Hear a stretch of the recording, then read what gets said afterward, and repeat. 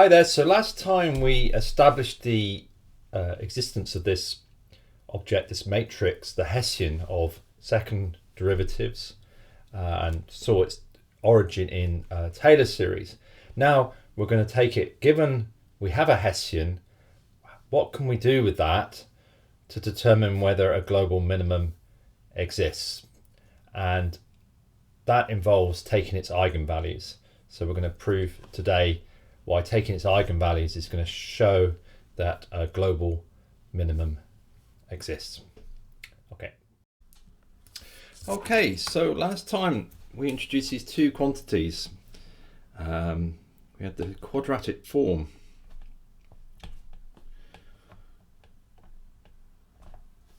And that was defined here as Q, which is a function of S, equals the transpose of the S vector times this H matrix times S.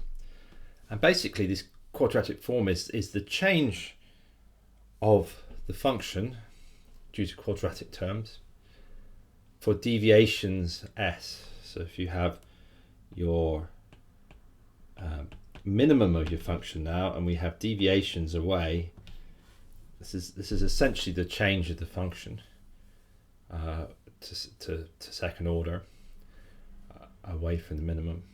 And so we insisted that this Q of S was greater than 0 for all S. And importantly, the thing that we came up with was this thing called H, which was the Hessian matrix, which is basically just a container for all your second order derivatives in 2 dimensions. So that the second order derivatives at x and y go in the diagonal, and then the cross derivatives go in the off diagonal. And of course H will in general be symmetric, i.e. that these two terms, the cross derivatives, will be the same because F is continuous and differentiable. Okay. So those are the things. Now what we want to do today is relate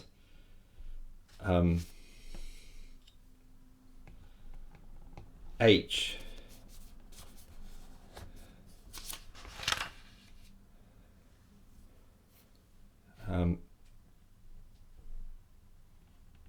and more particularly its eigenvectors, its eigenvalues to Q.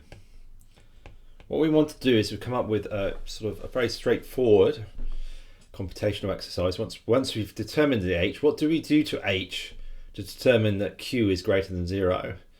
At the moment it's not so clear, but it'll turn out to be evaluating the eigenvalues.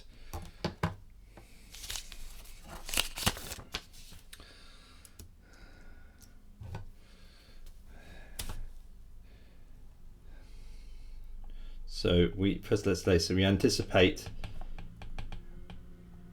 that if F is continuous and twice differentiable, then d2f by dx by dy equals d2f by dy by dx. And thus H is symmetric. Another way of saying that H is symmetric is saying that its transpose equals itself, i.e. all the off diagonal elements are the same. And that's going to be a useful property going forward of the matrix H.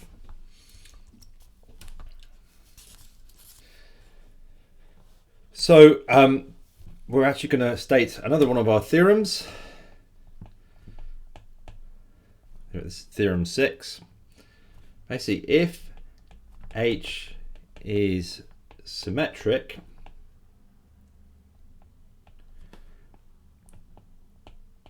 and positive definite, now I haven't told you what positive definite means yet. positive definite means all its eigenvalues are positive, and the eigenvalues are going to be lambda i's in this case. So this is a very useful, so we have H is symmetric first of all, and then we also have this other property that given its eigenvalues that they're all positive, and that's again a very useful property of matrices. So by positive definite we mean that lambda I is greater than 0, then QS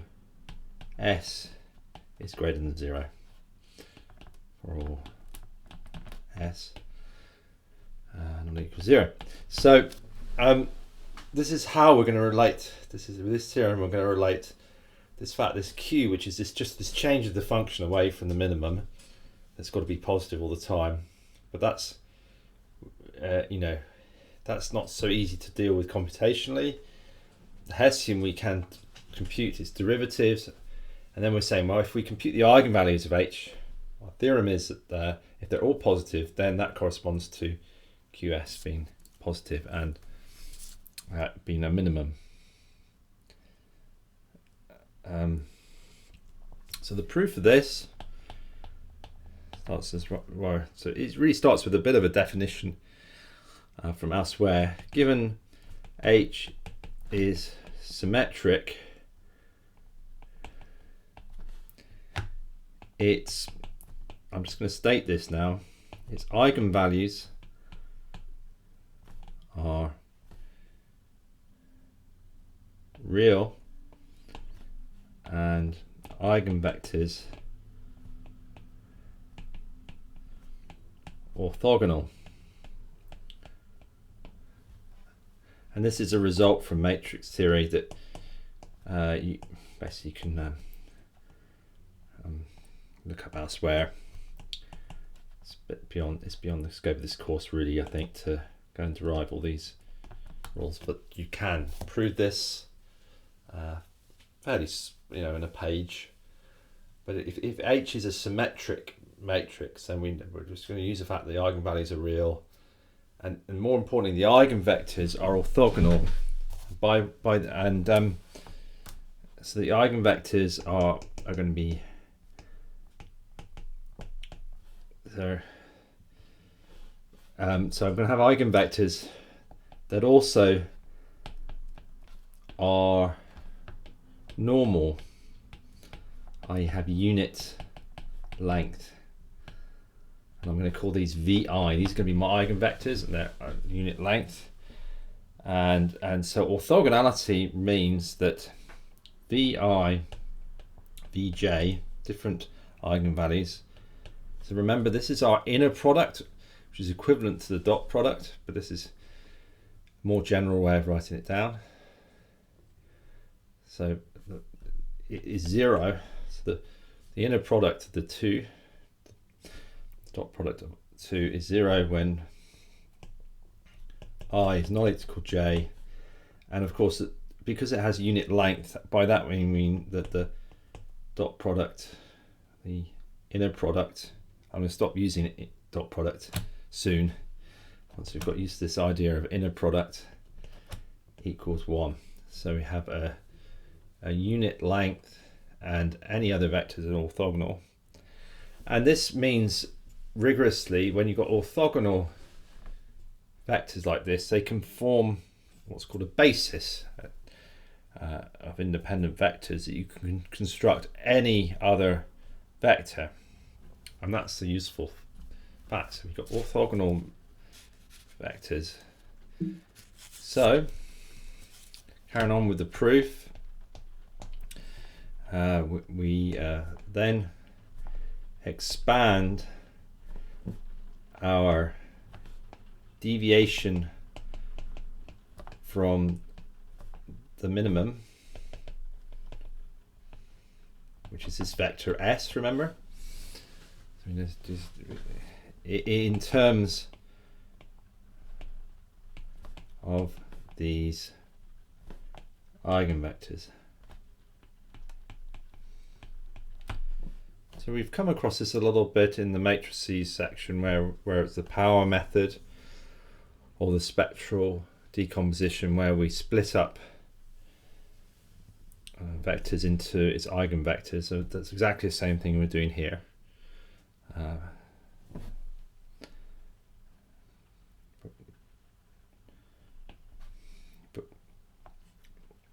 So S is C1 V1 plus C2 V2 plus whatever C of n V of n,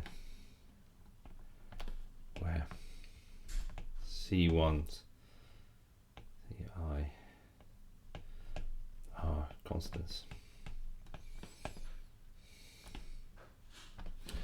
So once we've got this split up, we can revisit our quadratic form, and we now have it split up in terms of eigenvectors. So the quadratic form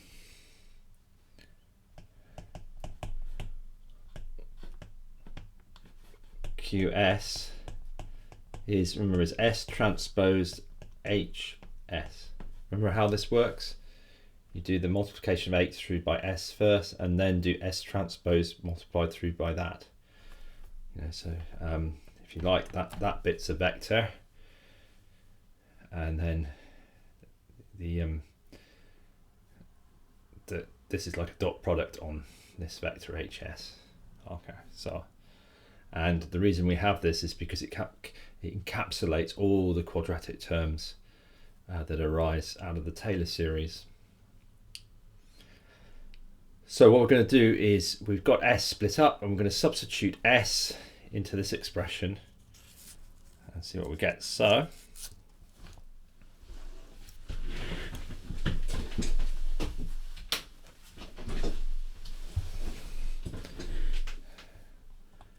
it's going to be a reasonably long thing to write down.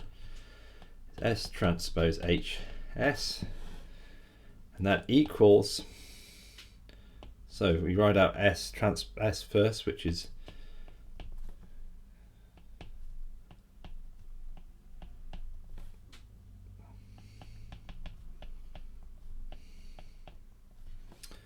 okay, that's our expansion in terms of S in terms of eigenvectors, and there's not going to be room to write all it down, so I'm going to use the next line.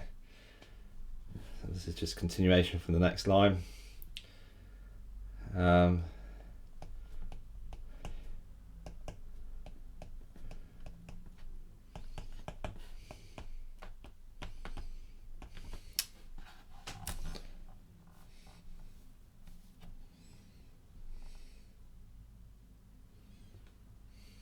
Now, the first thing is, we know these are eigenvectors of H. So when H multiplies through V1, V2 and Vn, it's going to generate lambda 1 times V1, lambda 2 times V2, and so on and so forth. So that's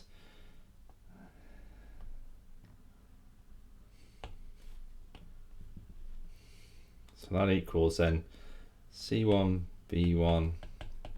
So there's quite a bit of repetition on this in this proof really.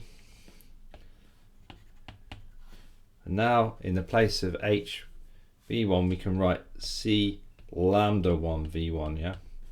So H multiplies through by V1 to give you lambda 1 V1 plus C2 lambda 2 V2 plus Cn lambda n Vn.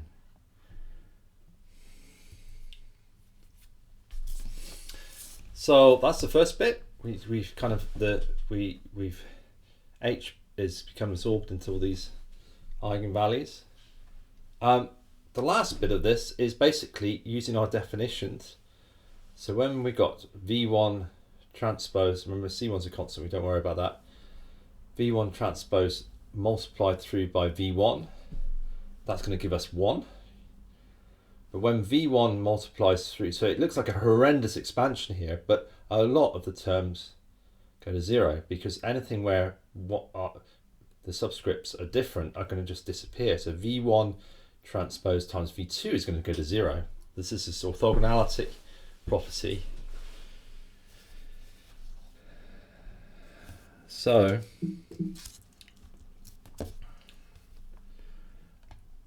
only terms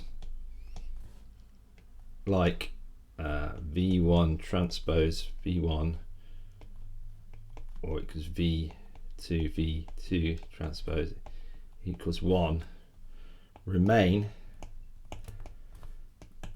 Terms like V1 transpose V2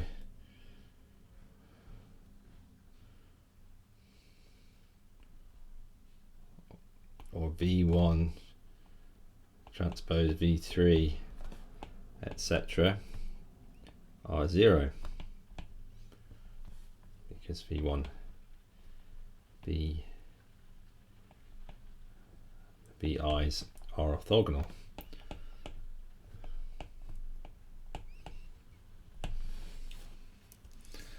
That's good. So the V1 transpose. So what we end up with is a much simpler expression than we were dealing with. So we have C1 squared lambda 1 plus C2 squared lambda 2 plus Cn squared lambda n. This is the beauty of eigenvectors and eigenvalues, is this ability to break down what seems like an impossible problem into one we can compute easily.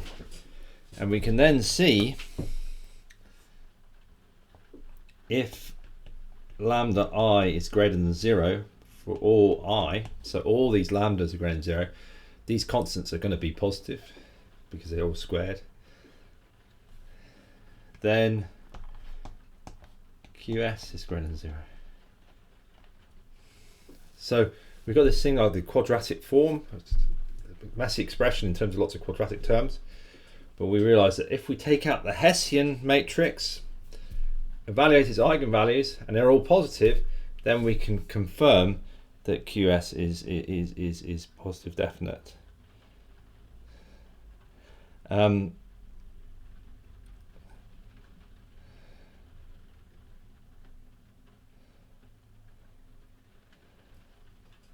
that's the essence of the proof. So basically we've looked at QS, and so we said if lambda is greater than 0, then QS is greater than 0. It turns out that this is a sort of you could work this argument the other way. If QS is greater than 0, lambda I is also 0. They're sort of coincident things, and I've sort of written down that if you're interested. But the main thing is that we've got this very useful rule there. So basically a way in words is saying that if H is positive definite, so positive definite means, again, the reason those two words are put together, all the eigenvalues are positive. So the definite, I think, is because all of them are positive. And then QS is greater than 0, or you have a global minimum. Let's sort of write that out more completely. So if your Hessian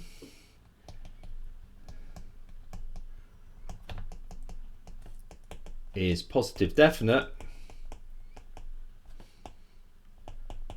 or its eigenvalues are positive, then Q of S is greater than 0 for all S, and F is convex,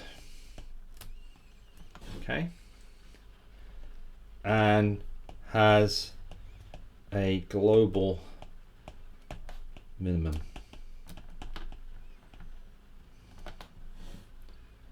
So there's key ideas here that you need to go back and look at. I've defined thoroughly. You need to know what the Hessian is. You need to know what positive definite means. Quadratic is greater than 0. I guess sometimes could leave that little bit out. If you, F is convex, so that basically saying you've got this matrix, if it's got positive eigenvalues, then the shape of the function is convex and it has a global minimum. And this is a common sort of argument we draw.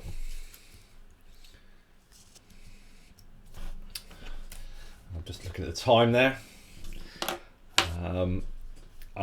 We need to do an example of this. Yes, that's the next thing to do, and that's what we'll do in the next video. Okay, so I'll see you then next time. Bye for now.